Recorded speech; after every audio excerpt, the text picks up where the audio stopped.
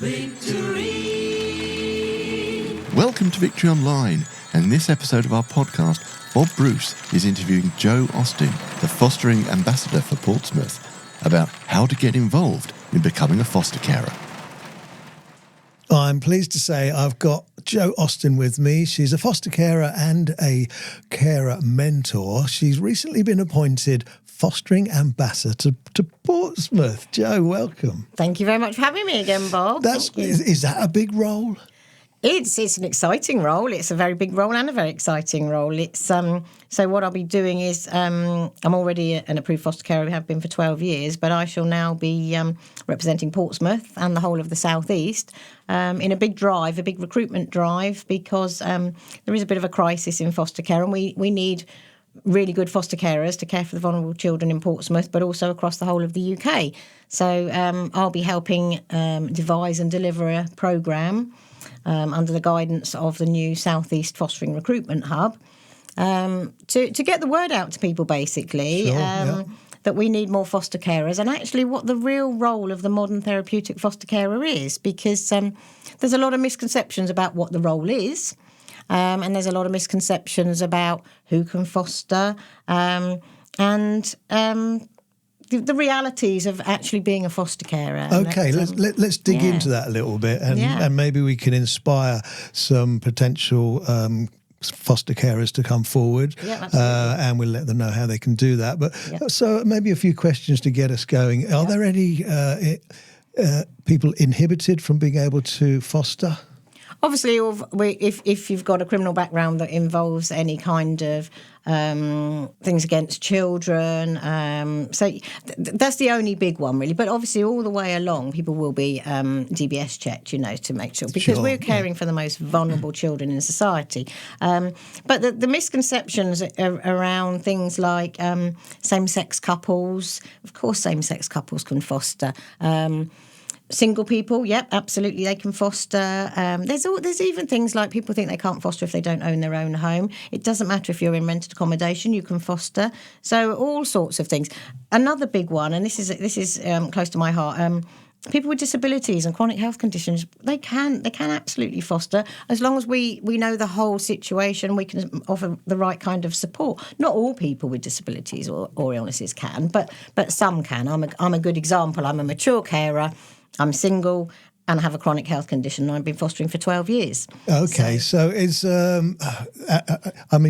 you've had a lot of kids come through your house, let's put it that way. Yes, yeah. My home and my family, they all join, they all become part of our family for however long they're with us. So, and do they consider you as mum? A lot of them, no, they don't really. They consider you as their primary carer.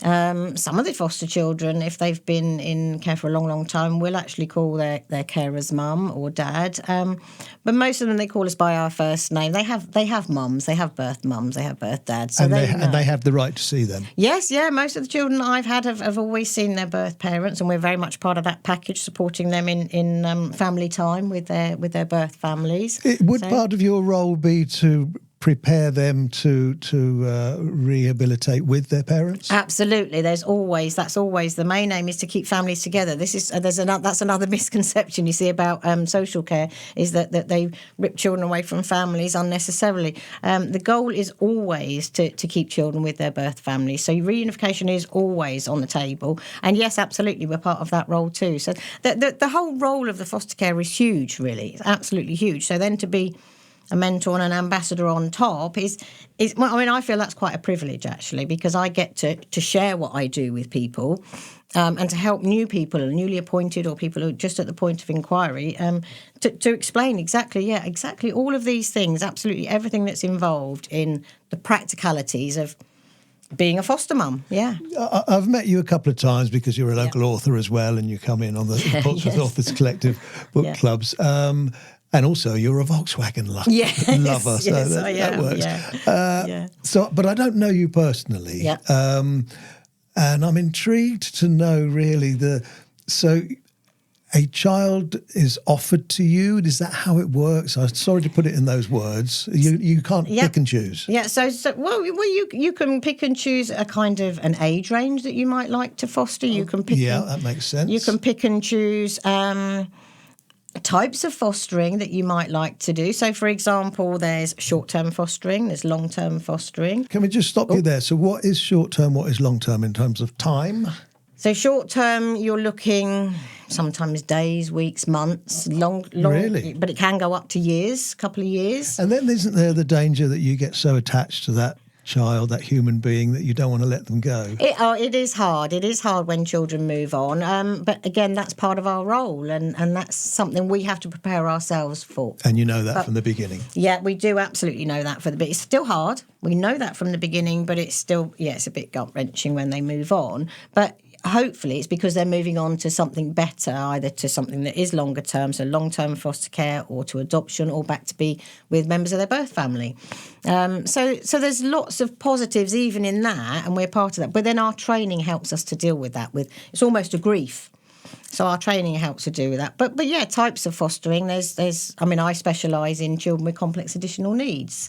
That's who I care for. Why is that the case? Why is that the case? Basically, it's because of my son, my adult son who has autism, and my background in working for MenCap and nursing and paediatric nursing. So effectively, a person with those conditions fits into the family environment. Absolutely. We are a family that is so inclusive of diversity. My son, my grandchildren. There's a lot of neurodiversity, autism, ADHD, learning difficulties, global delay in my own birth family. But my son's done really, really well in life. So I wanted more children, and I have 3, and I'm very grateful. When I realised I couldn't have more, the natural progression for me was to offer a home to other children like my son, who maybe didn't have as good a start as him. So fostering kind of happened, but it had to happen at the right time. And children with complex needs was right for me. Although I will say, Bob, I have also fostered mums with their babies. So parents and children come together who've maybe not had such a good role model in themselves of being parented. And they come basically as part of an assessment process. So when that happens, you obviously are allowing them to be the primary carer for that child. That's absolutely right. So they'll come usually for about a period of 3 months for basically an assessment process. So we are part of their assessment process. But we're also teaching. It's a big teaching role, that one, which is absolutely fantastic, because you're teaching the practical skills of parenting, but you're also teaching about the bond, that unique bond, and helping those mums and sometimes the dads as well to be part of that process and hopefully to become better parents themselves and go on to be family units in the community. So there's all sorts of fostering types. So you kind of can pick and choose, but not in the way you can't say, well, I want a 4-year-old girl. That's not what fostering is about. But they do match us very well with the types of children that work well with us and with our own families. And that's all part of a process that they've been doing for a long time. Process. Yeah, absolutely. So I know you're a busy lady. You're an author. Yep. You've got 3 of your own kids. Yep. How many dogs have you got?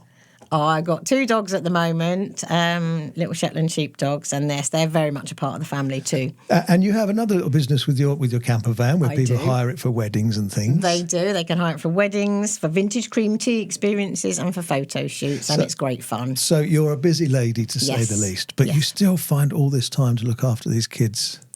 Yeah, I guess it's just part of who I am. I think some people are very nurturing and very maternal. I have that role, but it works But you had a nursing background anyway. I did too, and I could go back to nursing now too. But fostering fits my family really well as well. You see, because I'm still at home, so it's more family time all the time. So obviously there's training and there's school runs and there's holidays and all sorts of fit in. But we have a great time. I have a best friend who's a single foster carer, another Jo. I'm allowed to shout out to her because she's amazing.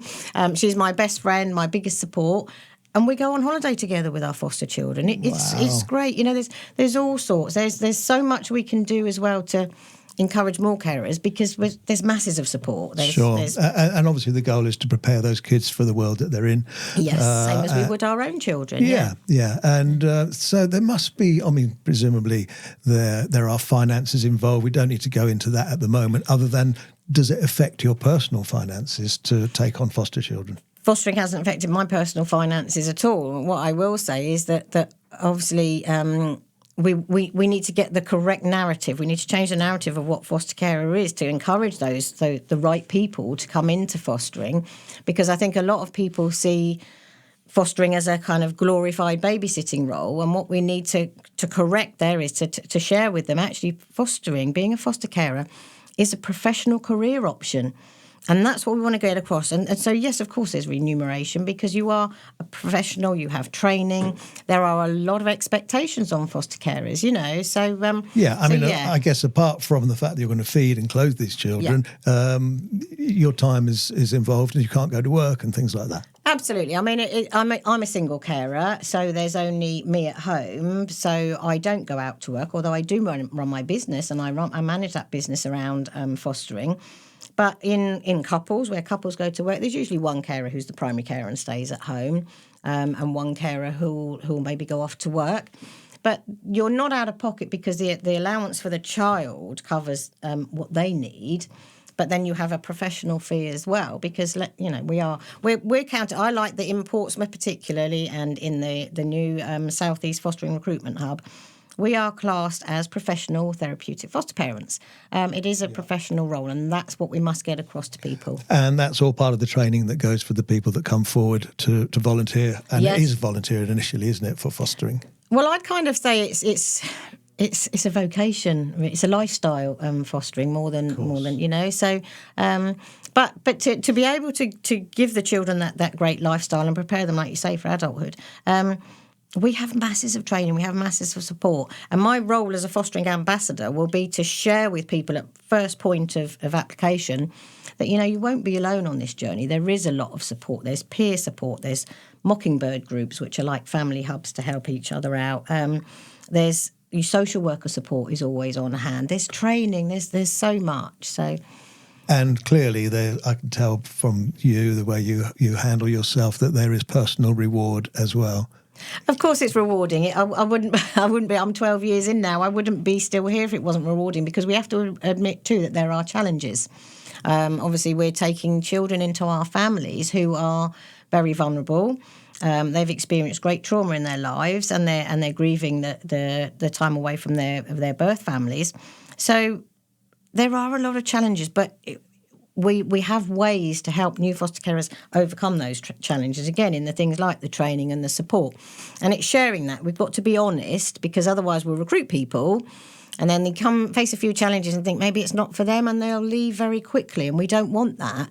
It costs a lot of money to put someone through to panel and through the assessment process. And also you don't want to keep moving the same kids around. Absolutely. And we don't want children moving on from place to place to place. And so we want to recruit people who are going to be retained as well. So we have to be honest about the challenges. And we have to share what we can do to overcome those. But we also have to say, great rewards. I mean, my family, my birth family, they've learned so much empathy, and they've learned so much about life that they wouldn't have learned otherwise. And I think it's made them much better people, my adult children. Sure. Joe, we need to stop because we have just about filled the amount of time slot we've got. But I would love to get you back in again in a couple of weeks. Absolutely, yeah. I know you've got so much to say, so much to offer. But maybe we should leave this interview with a point of call where somebody, if somebody's interested in fostering a child, where do they go? So the best thing that they can do if somebody wants to foster in Portsmouth is to go to the website for Foster Portsmouth. That's the easiest thing to do. Just put it into your Google search bar, Foster Portsmouth, you'll find them and get them there. The other thing, for the whole of the South East, so an alternative is to go on the website for Local Authority South East Fostering Recruitment Hub. That's another good one. Joe Austin, thank you so much for coming in. I do look forward to speaking to you in a couple of weeks. Oh, lovely. Thank you, Bob, for having me again. Appreciate it. My pleasure. Thanks, Bob. Victory! If you've enjoyed watching this podcast, then make sure you click that like button and remember to subscribe and click that notification bell so you don't miss out on any more of our podcasts. And don't forget, you can listen in where we're busy making radio like it used to be on your DAB radio or online at victoryonline.co.uk. And you can also listen to us on your smart speaker. Just ask it to tune in to Victory Online. Thanks for watching and hope to see you again soon.